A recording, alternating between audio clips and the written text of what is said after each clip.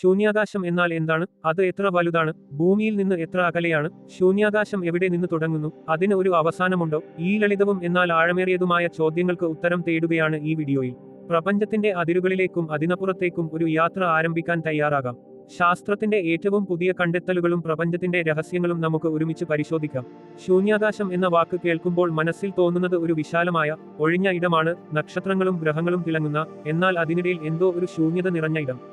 ശാസ്ത്രീയമായി പറഞ്ഞാൽ ശൂന്യാകാശം എന്നത് പ്രപഞ്ചത്തിന്റെ ആ വിശാലമായ ഇടമാണ്, അവിടെ വസ്തുക്കളുടെ സാന്ദ്രത വളരെ കുറവാണ്. ഭൂമിയിൽ നാം ശ്വസിക്കുന്ന വായു, മണ്ണ്, ജലം എന്നിവയാൽ നിറഞ്ഞിരിക്കുന്നു. എന്നാൽ ശൂന്യാകാശത്തിൽ ഇത്തരം വസ്തുക്കൾ വളരെ അപൂർവമാണ്. ഇത് ഒരു പൂർണ്ണ ശൂന്യതയല്ല, ചെറിയ അളവിൽ വാതകങ്ങൾ, പൊടി, വികിരണങ്ങൾ എന്നിവ അവിടെ നിലനിൽക്കുന്നു. പക്ഷേ ഈ ഇടം എത്രമാത്രം വലുതാണ്? അത് എവിടെ നിന്ന് തുടങ്ങുന്നു? എന്തിന്റെ അടിസ്ഥാനത്തിലാണ് ഇത് രൂപപ്പെട്ടത്? ഈ ചോദ്യങ്ങൾ ഒരു അത്ഭുതകരമായ യാത്രയിലേക്ക് നമ്മെ നയിക്കുന്നു. ശൂന്യാകാശത്തിന്റെ വലുപ്പം മനസ്സിലാക്കാൻ ശ്രമിക്കുന്നത് ഒരു വലിയ വെല്ലുവിളിയാണ്, കാരണം അത് നമ്മുടെ ദൈനംദിന ധാരണകൾക്ക് അപ്പുറമാണ്. ശൂന്യാകാശം വളരെ വലുതാണ് എന്ന് പറയുന്നത് പോലും ഒരു ചെറിയ വിവരണം മാത്രമാണ്. അതിന്റെ വലുപ്പം മനസ്സിലാക്കാൻ നമുക്ക് ഒരു ഘട്ടം ഘട്ടമായ യാത്ര ആരംഭിക്കാം. ആദ്യം നമ്മുടെ സൂര്യനെ പരിശോധിക്കാം. സൂര്യന്റെ വ്യാസം ഏകദേശം 14 ലക്ഷം കിലോമീറ്റർ ആണ്, ഭൂമിയുടെ വ്യാസത്തിന്റെ 100 ഇരട്ടിയിലധികം. നമ്മുടെ സൗരയൂഥത്തിന് അടുത്തുള്ള നക്ഷത്രമായ alpha Centauri 41 lakh crore kilometre അകലെയാണ്. ഈ ദൂരം അളക്കാൻ ശാസ്ത്രജ്ഞർ പ്രകാശവർഷം എന്ന യൂണിറ്റ് ഉപയോഗിക്കുന്നു. ഒരു പ്രകാശവർഷം എന്നത് പ്രകാശം ഒരു വർഷം സഞ്ചരിക്കുന്ന ദൂരമാണ്, ഏകദേശം 9.5 ലക്ഷം കോടി കിലോമീറ്റർ. അതായത് ആൽഫ സെന്റോറി 4.2 പ്രകാശവർഷം അകലെയാണ്. നമ്മുടെ താരാപമായ ക്ഷീരപഥത്തിന്റെ വീതി 1.2 ലക്ഷം പ്രകാശവർഷമാണ്. ഈ താരാപഥത്തിൽ ഏകദേശം 2000 കോടി നക്ഷത്രങ്ങൾ ഉണ്ടെന്നാണ് കണക്ക്. ക്ഷീപവും അടുത്തുള്ള ആൻഡ്രോമിഡ താരാപവും ഉൾപ്പെടുന്ന ഒരു ചെറിയ കൂട്ടത്തിന്റെ വലുപ്പം 1 കോടി പ്രകാശവർഷമാണ്. ഈ കൂട്ടം ലാനിയാഗിയ സൂപ്പർ ക്ലസ്റ്റർ എന്ന വലിയ താരാപഥ സമൂഹത്തിന്റെ ഭാഗമാണ്. ഈ സൂപ്പർ ക്ലസ്റ്ററിൽ 1 ലക്ഷം താരാപഥങ്ങളുണ്ട്, അതിന്റെ നീളം 50 കോടി പ്രകാശവർഷമാണ്. എന്നാൽ ഇത് നമ്മൾ കാണുന്ന പ്രപഞ്ചത്തിന്റെ ഒരു ചെറിയ ഭാഗം മാത്രമാണ്. 2025 ഏപ്രിൽ 11 വരെയുള്ള ശാസ്ത്രീയ കണക്കുകൾ പ്രകാരം നമുക്ക് ദൃശ്യമായ പ്രപഞ്ചത്തിന്റെ വലുപ്പം 9300 കോടി പ്രകാശവർഷമാണ്. ഇത് എന്താണ് അർത്ഥമാക്കുന്നത്? പ്രപഞ്ചം 1380 കോടി വർഷങ്ങൾക്ക് മുമ്പ് ബിഗ് ബാങ് എന്ന മഹാസ്ഫോടനത്തിലുണ്ടായി. എന്നാൽ പ്രപഞ്ചം വികസിച്ചുകൊണ്ടിരിക്കുന്നതിനാൽ അതിന്റെ അതിരുകൾ നമ്മിൽ നിന്ന് അകന്നുകൊണ്ടിരിക്കുന്നു. ഈ വികാസം കാരണം നമ്മൾ കാണുന്ന വെളിച്ചം വെച്ച് അളക്കുന്ന ദൂരം 9300 കോടി പ്രകാശവർഷമാണ്. എന്നാൽ യഥാർത്ഥ പ്രപഞ്ചം ഇതിലും വലുതായിരിക്കാം, ഒരുപക്ഷെ അനന്തമായിരിക്കാം. അതിന്റെ വലുപ്പം സങ്കല്പിക്കാൻ പോലും ശാസ്ത്രത്തിന് പരിമിതികളുണ്ട്. ശൂന്യാകാശം എവിടെ നിന്ന് തുടങ്ങുന്നു എന്ന ചോദ്യത്തിന് ഉത്തരം ലളിതമാണെന്ന് തോന്നാം, ഭൂമിയുടെ അന്തരീക്ഷം അവസാനിക്കുന്നിടത്ത്. പക്ഷേ അന്തരീക്ഷം എവിടെ അവസാനിക്കുന്നു എന്ന് കൃത്യമായി പറയാൻ ബുദ്ധിമുട്ടാണ്. ഭൂമിയെ ചുറ്റിയുള്ള അന്തരീക്ഷം ഒരു വര പോലെ പെട്ടെന്ന് തീരുന്നില്ല. വായുവിന്റെ സാന്ദ്രത ഉയരത്തിലേക്ക് പോകുന്തോറും കുറഞ്ഞുകൊണ്ടിരിക്കും, ഒടുവിൽ അത് വളരെ നേർത്തതായി മാറുന്നു. ശാസ്ത്രജ്ഞർ ഒരു അതിർത്തി നിർണയിച്ചിട്ടുണ്ട്, കാർമാൻ ലൈൻ എന്ന് വിളിക്കുന്നത്.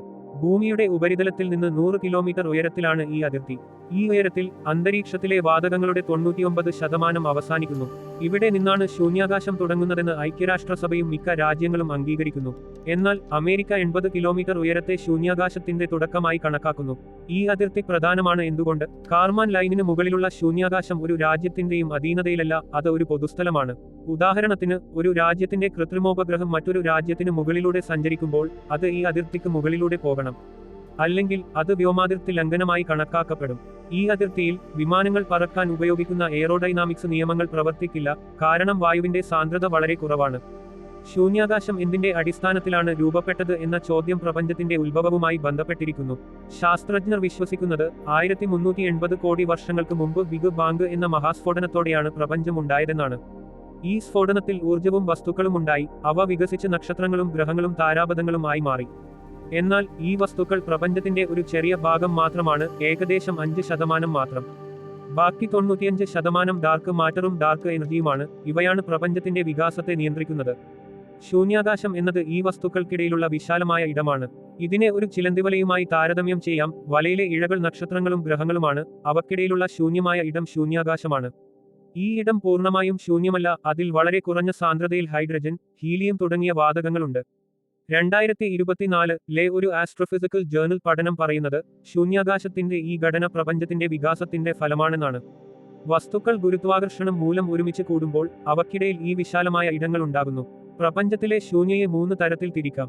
ആദ്യത്തേത് ഇന്റർപ്ലാനറ്ററി സ്പേസ് അഥവാ ഗ്രഹങ്ങൾക്കിടയിലുള്ള ശൂന്യയാണ്. നമ്മുടെ സൗരയൂഥത്തിൽ ഗ്രഹങ്ങൾക്കിടയിലുള്ള ഇടം ഇതാണ്. ഇവിടെ സൂര്യന്റെ സ്വാധീനം കൂടുതലാണ്, സൗരവാതങ്ങൾ, കണികകൾ എന്നിവ ഈ ഇടത്തിലുണ്ട്. ഒരു ഘന സെന്റിമീറ്ററിൽ 5 മുതൽ 40 വരെ കണികകൾ ഇവിടെ കാണാം, മിക്കതും ഹൈഡ്രജൻ വാതകമാണ്. രണ്ടാമത്തേത് ഇന്റർസ്റ്റെല്ലാർ സ്പേസ് അഥവാ നക്ഷത്രങ്ങൾക്കിടയിലുള്ള ശൂന്യയാണ്. ഉദാഹരണത്തിന് സൂര്യനും ആൽഫ സെന്റോറിയും തമ്മിലുള്ള ഇടം. ഈ ശൂന്യതയിൽ സാന്ദ്രത കുറവാണ്, ഒരു ഘന സെന്റിമീറ്ററിൽ ഒരു കണിക മാത്രം. നാസയുടെ വോയേജർ 1, 2 എന്നീ ബഹിരാകാശ പേടകങ്ങൾ ഈ ഇടത്തിലാണ് ഇപ്പോൾ സഞ്ചരിക്കുന്നത്. 2025 ഒരു നാസ റിപ്പോർട്ട് പറയുന്നത് ഈ പേടകങ്ങൾ സൗരയൂഥത്തിന്റെ അതിർത്തി കടന്ന് ഈ ശൂന്യതയിൽ എത്തിയെന്നാണ്. മൂന്നാമത്തേത് ഇന്നർഗാലക്റ്റിക് സ്പേസ് അഥവാ താരാപഥങ്ങൾക്കിടയിലുള്ള ശൂന്യയാണ്. ക്ഷീപവും ആൻഡ്രോമിഡയും തമ്മിലുള്ള ഇടം ഉദാഹരണം.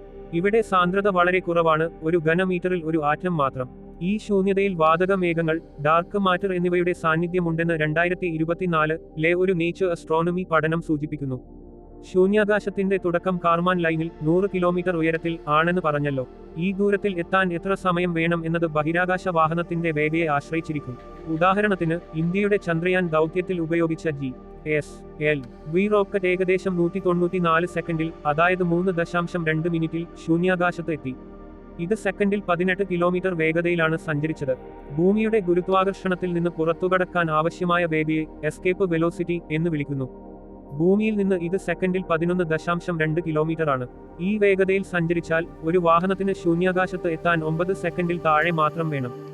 എന്നാൽ ഭൂമിയെ ചുറ്റുന്ന കൃത്രിമോപഗ്രഹങ്ങൾ ഈ വേഗതയിൽ സഞ്ചരിക്കാറില്ല, കാരണം അവ ഗുരുത്വാകർഷണ വലയത്തിനുള്ളിൽ തന്നെ കറങ്ങുന്നു. ചന്ദ്രനിലേക്ക് പോകുന്ന വാഹനങ്ങൾക്ക് ചന്ദ്രന്റെ ഗുരുത്വാകർഷണ വലയത്തിൽ എത്താൻ വേണ്ട വേഗതയിൽ സഞ്ചരിക്കുന്നു. ഇത് ഏകദേശം 3 മുതൽ 4 വരെ ദിവസം എടുക്കും. ശൂന്യാകാശത്തിന് ഒരു അവസാനമുണ്ടോ എന്ന ചോദ്യം പ്രപഞ്ചത്തിന്റെ രൂപവുമായി ബന്ധപ്പെട്ടിരിക്കുന്നു. ആൽബർട്ട് ഐൻസ്റ്റൈന്റെ സാപേക്ഷതാ സിദ്ധാന്തം 3 സാധ്യതകൾ മുന്നോട്ടുവെക്കുന്നു. ആദ്യം, പ്രപഞ്ചം പരന്നതാണെങ്കിൽ ഒരു മേശപ്പുറം പോലെ അത് എല്ലാ ദിശകളിലേക്കും അനന്തമായി നീളാം. എന്നാൽ പരന്നതിനാൽ അതിന് ഒരു അതിർത്തി ഉണ്ടായേക്കാം. രണ്ടാമത്, പ്രപഞ്ചം ഒരു പന്ത് പോലെ വളഞ്ഞതാണെങ്കിൽ അതിന് അതിരുണ്ടാകും, പക്ഷേ അരികുകൾ ഉണ്ടാകില്ല, ഒരു വൃത്തം പോലെ. മൂന്നാമത്, പ്രപഞ്ചം ഉള്ളിലേക്ക് വളഞ്ഞതാണെങ്കിൽ അതിന് അവസാനമില്ലാത്ത ഒരു ഘടനയായിരിക്കും. 2025 ഒരു ഫിസിക്കൽ റിവ്യൂ ലെറ്റേഴ്സ് പഠനം പറയുന്നത് പ്രപഞ്ചം പരന്നതാണെന്നാണ് നിലവിലെ തെളിവുകൾ സൂചിപ്പിക്കുന്നത്. എന്നാൽ ഇത് കൃത്യമായി സ്ഥിരീകരിക്കാൻ കൂടുതൽ അളവുകൾ ആവശ്യമാണ്. ജെയിംസ് വെബ് ടെലിസ്കോപ്പിന്റെ പുതിയ നിരീക്ഷണങ്ങൾ ഈ ചോദ്യത്തിന് ഉത്തരം നൽകാൻ ശ്രമിക്കുന്നു. എന്നാൽ നിലവിൽ ശൂന്യാകാശത്തിന് അവസാനമുണ്ടോ എന്ന് പറയാൻ ശാസ്ത്രത്തിന് പൂർണ്ണ ഉത്തരമില്ല. ശൂന്യാകാശം എന്നത് പ്രപഞ്ചത്തിന്റെ വിശാലമായ ഒരു ക്യാൻവാസാണ്, അതിന്റെ വലുപ്പവും അതിരുകളും നമ്മുടെ ധാരണകൾക്കപ്പുറമാണ്. അത് 100 കിലോമീറ്റർ ഉയരത്തിൽ തുടങ്ങുന്നു, എന്നാൽ അതിന്റെ അവസാനം എവിടെയാണെന്ന് ആർക്കും പറയാൻ കഴിയില്ല. ഈ വീഡിയോയിൽ ശൂന്യാകാശത്തിന്റെ വലുപ്പം, ഉത്ഭവം, തരങ്ങൾ, അതിലേക്കുള്ള യാത്ര എന്നിവ നമ്മൾ പരിശോധിച്ചു. ഈ വീഡിയോ ഇഷ്ടപ്പെട്ടാൽ ലൈക്ക് ചെയ്യാനും സബ്സ്ക്രൈബ് ചെയ്യാനും മറക്കരുത്.